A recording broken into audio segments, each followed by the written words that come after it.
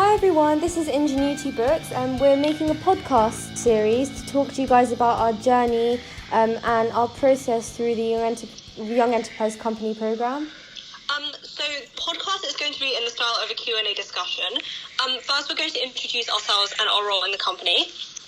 Hi, I'm Shreya. I'm one of the managing directors. I'm Jessica and I'm the operations director. I'm Jadzia and I'm Human Resource and Administrative Director. And I'm Vicky and I'm going to be asking the questions. So firstly we have question 1. How did you decide on your 3 core values for your company and walk us through it?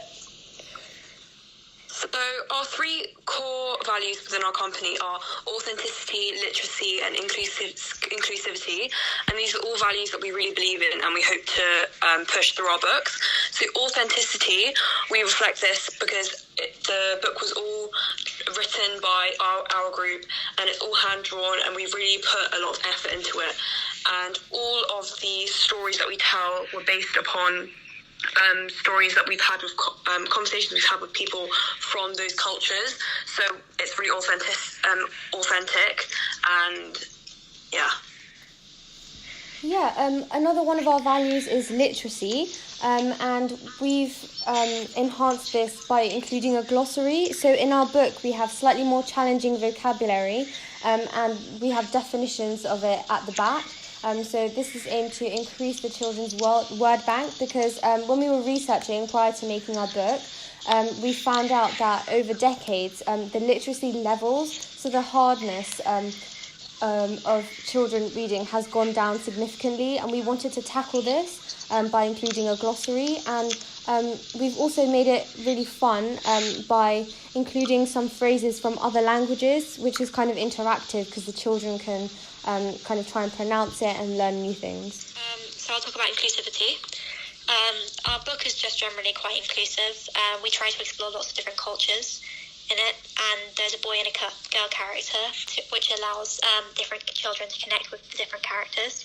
We've also written the book in a dyslexia-friendly font, and we are creating an audiobook to allow visually challenged kids to read our book. Yeah, because we also used focus groups, which we will come on to in the second question. But even though we asked people who have daughters, they said that they would really enjoy having a boy character as well, so that we can reach a wider audience with our book, which is what we're trying to do with the dyslexia-friendly font, as well as creating an audiobook so that visually impaired people can also enjoy the story. So I just think our book is really inclusive at those points. I agree. So we're moving on to question 2, which is how did you come up with the storyline for your book? So this is quite an interesting one because it was loads of different strands which all just came together perfectly in the end. But firstly, we are a really multicultural group and every single person is from a different area around the world. And so it just seemed perfect, since we were trying to tackle topical issues, it seemed perfect to settle on culture and teaching children to be really aware of the different cultures in the world. Does anyone else want to carry on? So we did focus groups and surveys. So we spoke to children within our target market to find out what they thought was interesting, discover what we should put in the book. And then we also sent out surveys to parents to find out what kind of books they bought for their kids, the price range, boy and girl characters, just so we could get the most out of our book to appeal to an audience.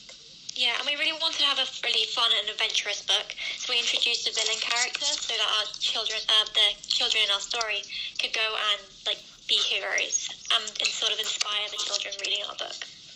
Yeah, that's really fun, and we also came up with a concept of a hot air balloon, because even though our book is based in fact, we wanted them to enjoy it as well, and even it's a picture book, so it had to be visually interesting as well.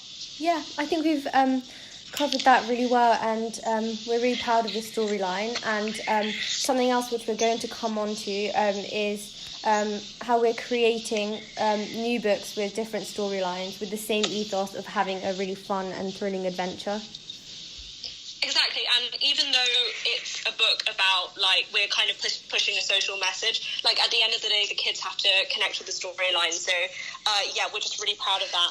Okay, so we're moving on to question 3, which is, what marketing strategy have you found works for you so far? So, yeah. Yeah, so we're really proud of the marketing strategy we've had to date, but we want to keep on improving it.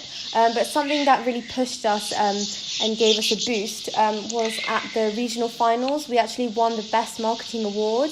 And there are different ways in which we obtain this. Firstly, through our social media. Yeah, so at the beginning we decided to set up a Facebook, Twitter and Instagram because those are the main social medias that we thought could reach our audience. And our target market are obviously the children that are going to read our book first and foremost. But we realised that we're actually selling to their parents. So we decided Instagram was working better than Facebook and Twitter. So we are really interactive with our audience using polls and Q&As to really get to know our target market. And we've interacted with some influencers like book bloggers and just reading accounts on Instagram that have actually been able to support us, and some people have given us a shout out, some people with thousands of followers, because we've reached out to them ourselves and they've really connected with our story and our journey.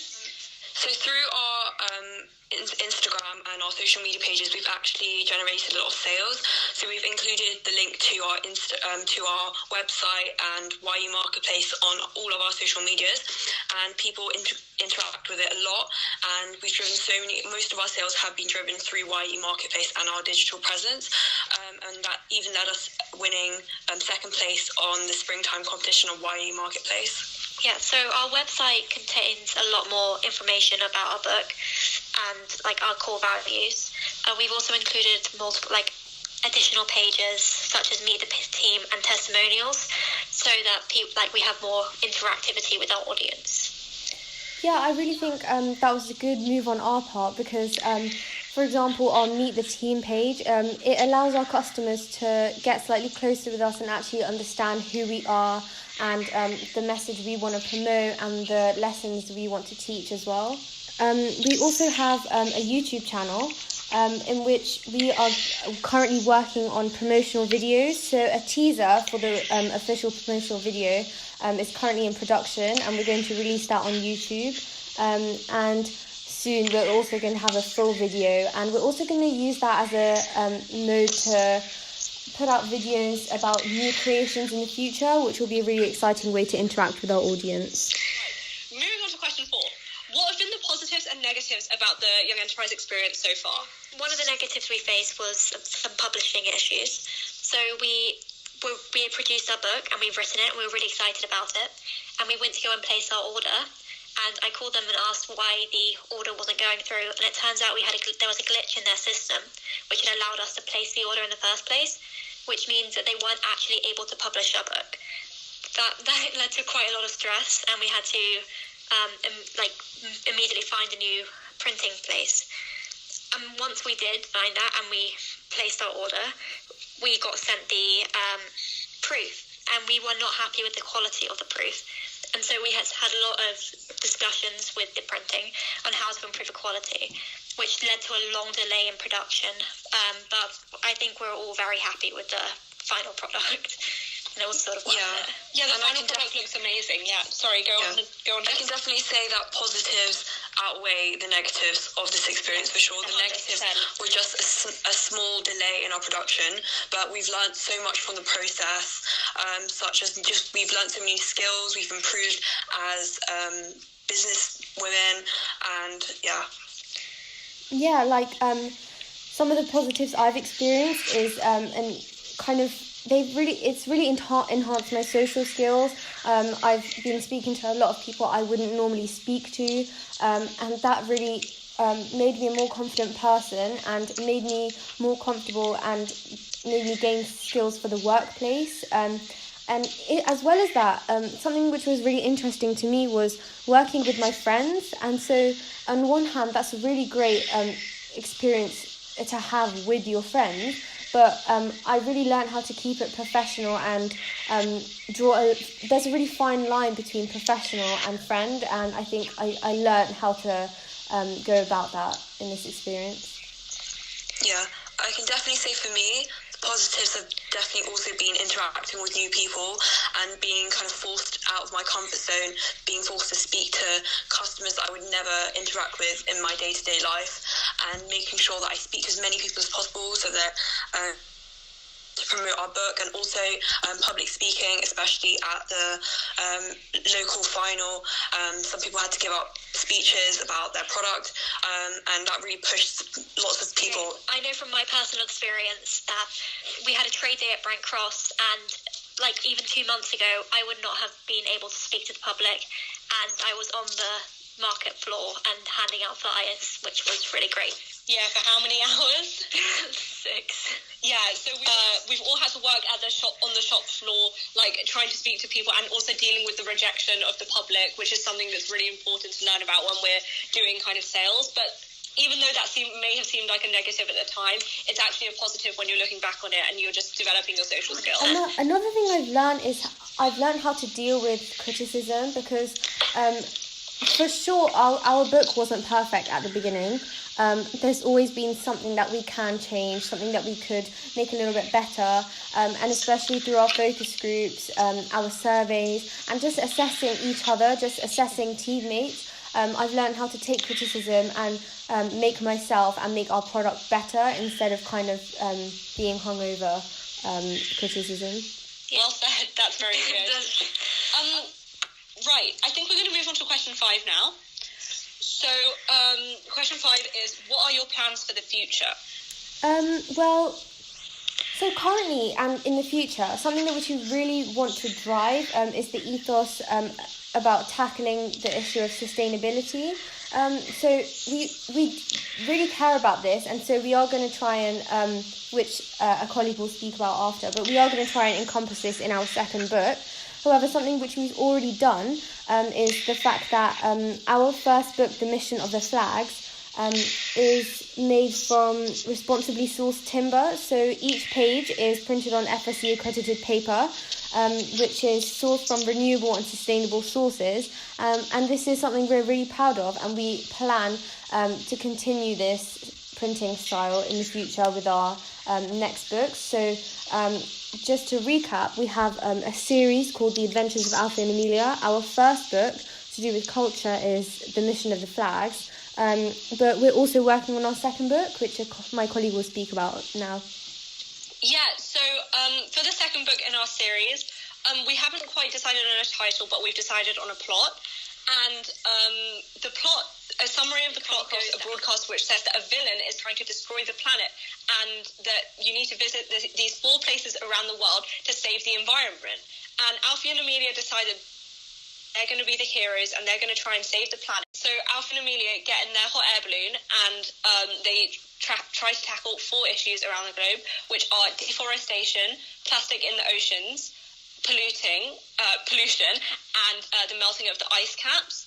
And we think that tackling these environmental issues will really inspire young children to kind of do their part for the planet, because it's definitely one of the main issues today. Yeah, I agree. I think also this next generation is one of the last generations who can actually do anything. As we all know, by 2030, climate change, the world that affects climate change will become irreversible. So this book will really help to push climate change agendas onto young children who can hopefully help to change the world and make our planet a better place. We sort of want children to think that they can be the heroes, which the world needs.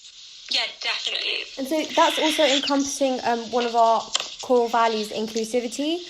So we feel that right now there is a lot of commotion about the environment and being sustainable, but when we don't really think that we're including children, and we're not really educating them to the extent that we should and could. So that's something that we want to change through our second book. Yeah, definitely. And there's a lot of people kind of saying that politics and like the political agenda shouldn't be pushed onto children, but we definitely think that they can really do their part, like when they're reading a children's book, like your stories really stick with you, and so we genuinely think that this will really inspire children to like think about the environment through their day-to-day life and as they grow up. Yeah, I completely agree. Yeah. Okay, perfect. I think that's all we have time for today. Thank you so much for listening to our podcast. We really appreciate it. Be sure to check us out on our social media at IngenuityBooks on Instagram, Twitter and Facebook. And if you have any questions, you can always check our website for more information or email us, and all other information is on our social media. Thank you so much. Thank you. Bye. Thank you. Bye. Thank you, bye.